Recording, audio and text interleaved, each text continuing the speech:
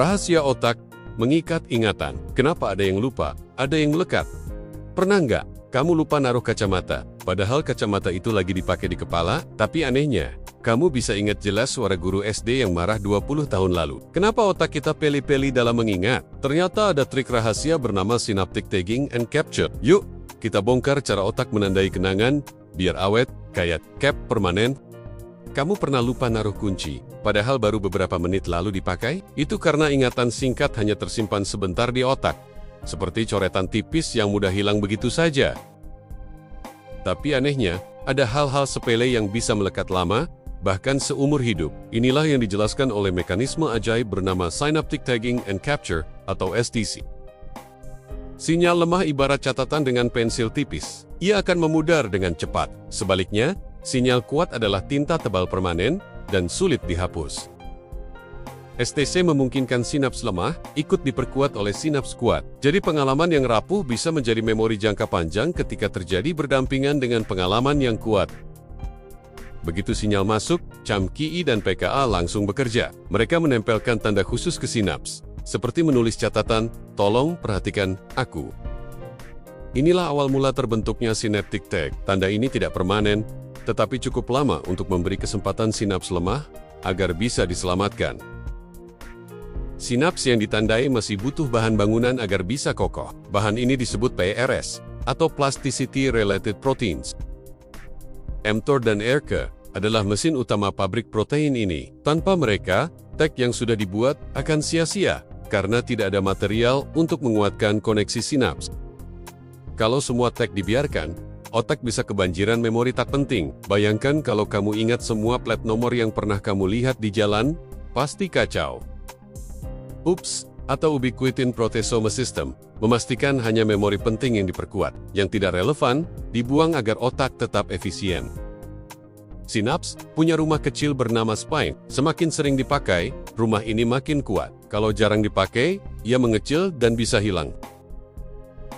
Ketika PRS ditangkap, rumah ini diperluas dan diperkuat secara permanen. Inilah bentuk fisik dari sebuah memori yang tersimpan.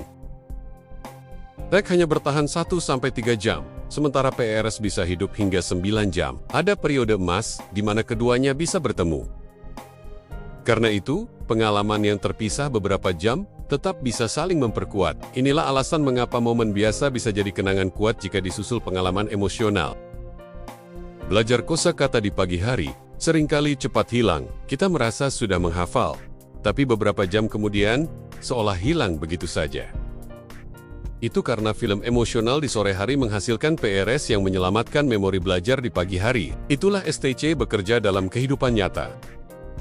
Membaca buku di kafe biasanya bukan pengalaman yang mudah diingat. Detail halaman dan kata-kata akan cepat hilang.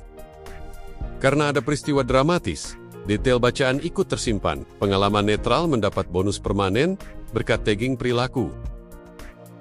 Bayangkan kalau semua sinaps bisa menangkap PRS tanpa seleksi otak, akan penuh memori tidak penting dan sulit fokus. Dengan STC, otak menyaring informasi, hanya sinaps relevan yang diperkuat. Inilah mengapa otak hemat energi, tetapi tetap cerdas. Pada Alzheimer, pabrik protein PARS mengalami kerusakan. Tag terbentuk, tapi tidak ada material untuk memperkuat sinaps.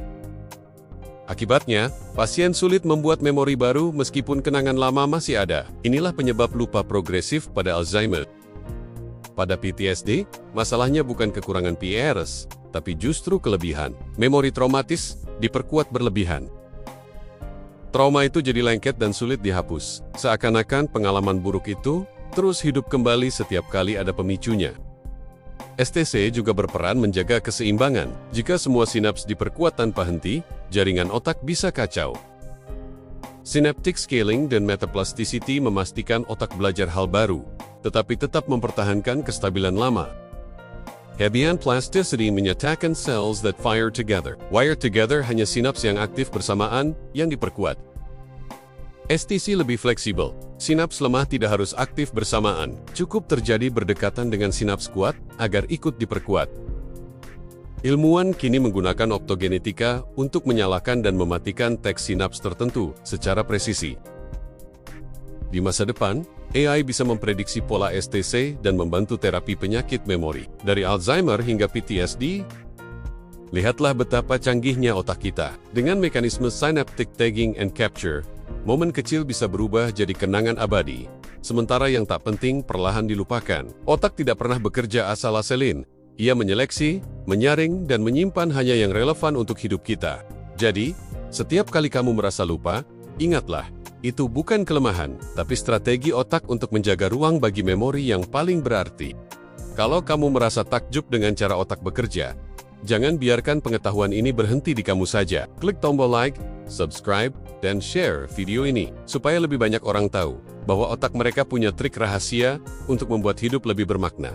Siapa tahu, setelah ini, kamu dan temanmu jadi lebih paham kenapa ada hal yang mudah hilang dari ingatan, tapi ada juga yang melekat seumur hidup. Yuk, kita belajar bareng, karena otak kita selalu punya cerita menarik untuk diungkap.